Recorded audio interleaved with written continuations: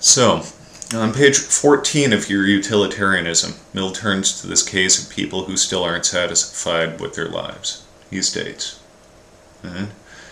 people who are tolerably fortunate yet still unsatisfied with their life generally care for nobody but themselves. Of the selfish lot, having neither public nor private affections, find that excitement in life is much curtailed. On the other hand, those that cultivate what Mill calls a fellow feeling with the collective interests of mankind retain an active interest in life. So one of the two principal causes of suffering for those who are otherwise tolerably fortunate, the first one is caring for nobody but themselves. And if we think about this for a second, when you care about other people, what happens when the people that you care about succeed, do really well? You get to experience their pleasure. Right? When somebody in your family graduates, or wins the lottery, or finds that special someone, gets married, what have you, right? If you care for them, you get to experience the pleasure of their well-being, right? So you get more out of life that way. So what Mill's really doing with these next two examples, caring for nobody but themselves, caring for other people is another way to get more out of your life. And the second cause of suffering, Mill points out to be want of mental cultivation. And here, Mill doesn't mean philosophy. I know a lot of these philosophers mean philosophy. But what Mill wants to refer to here is any interest in the activities of culture, art, science, or the like that stimulate mental activity. Watch Jeopardy! Take up Sudoku. Right? Go to the DIA, go to your local library, go to a music show, read the newspaper, etc., etc., etc. Mill points out to us that such stimulation is absolutely boundless, and Mill argues that, and this is from 14 again, there is no reason in the nature of things why an amount of mental culture sufficient to give an intelligent interest in these objects of contemplation should not be the inheritance of everyone born in a civilized country. All right? Now, what Mill does over the next couple of pages is kind of unite these two additional principles. Right? The two principles leading to a satisfied life are tranquility and excitement. Right? And the two principles that cause suffering in otherwise tolerably satisfied lives are caring for no one but yourself and want of mental cultivation.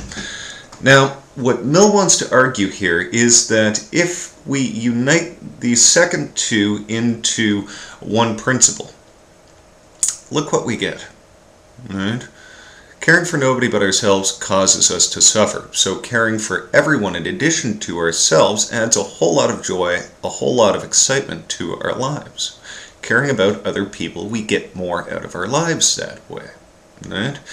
And then on top of that, want of mental cultivation, right, leads us into despair. We get bored with our lives. We don't find enough excitement in there to really justify us going on. Well, what Mill wants to point out is that if we each took as a small portion of our moral responsibility, caring about the people around us, and cultivating our minds with an eye to the suffering of others, right, it would be possible to eliminate a lot of great scourges of mankind. Disease, with physical training and some preventative medicine, could be nearly eradicated. Starvation, right, with a little bit of effort, a little bit of care, and a little bit of creative ingenuitive thinking, we know that Canada and the United States, between them, produce enough food to feed the world twice over, maybe more. I'm not up on the stats these days, right? But we don't. Why not? Well, there's a problem to engage our minds, and there are lots of starving people to care about, and this will direct us towards an active, lively, exciting engagement with human life. Right? So there's absolutely no reason why people shouldn't find enough in their lives to keep them excited, happy, amused, interested, and morally engaged. Right? Now, back to the original question. Right?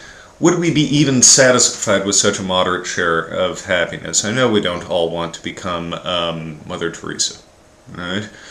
But the point that lies behind this question would be even more damning. Right? Those who ask the question by way of support claim that people can and do without happiness altogether, and we have to admit that they're right. Lots of people in very rough situations in the world find themselves without enough food, shelter, clothing to exist. They strive to go on, and what's more, our heroes, like I said earlier, turn down their share of happiness.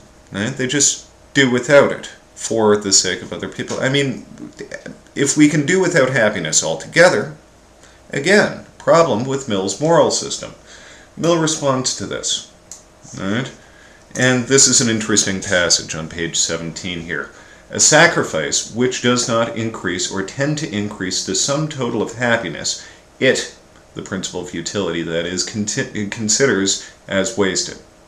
The only self-renunciation which it applauds is devotion to the happiness or to some of the means of happiness of others, either mankind collectively or of individuals within the limits imposed by the collective interests of mankind. So what Mill wants to claim here is that what we find heroic in our heroes giving up their share of happiness, right, is that they give it up so that others do not have to. Right? So if I decide to become heroic and engage with the social problems in my neighborhood, going to work at a soup kitchen, right? Going to work at homeless shelters, going to work for Habitat for Humanity, building houses, etc., rather than enjoying my time, if I devote it to helping other people, it would seem that I'm giving up my share of happiness. Right? And again, the case of Mother Teresa, what about her? It seems that she had an extremely hard life, that she gave up her share of happiness. Right? But what did she do it for? Other people, to minimize their pain and their suffering.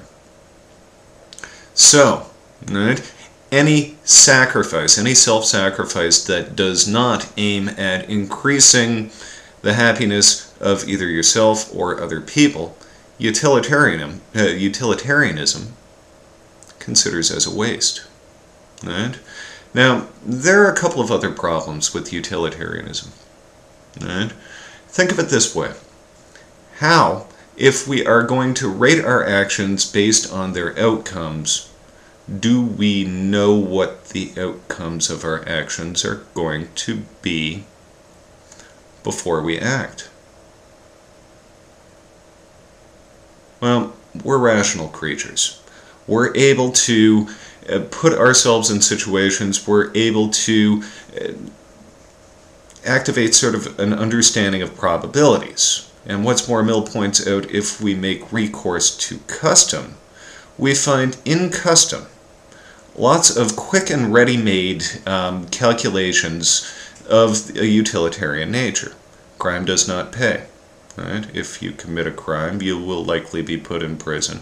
It's not nice to lie. Why isn't it nice to lie? It offends people. People don't trust you anymore.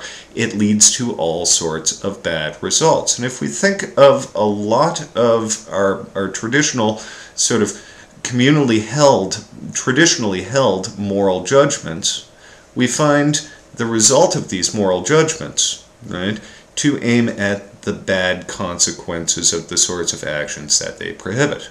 Right?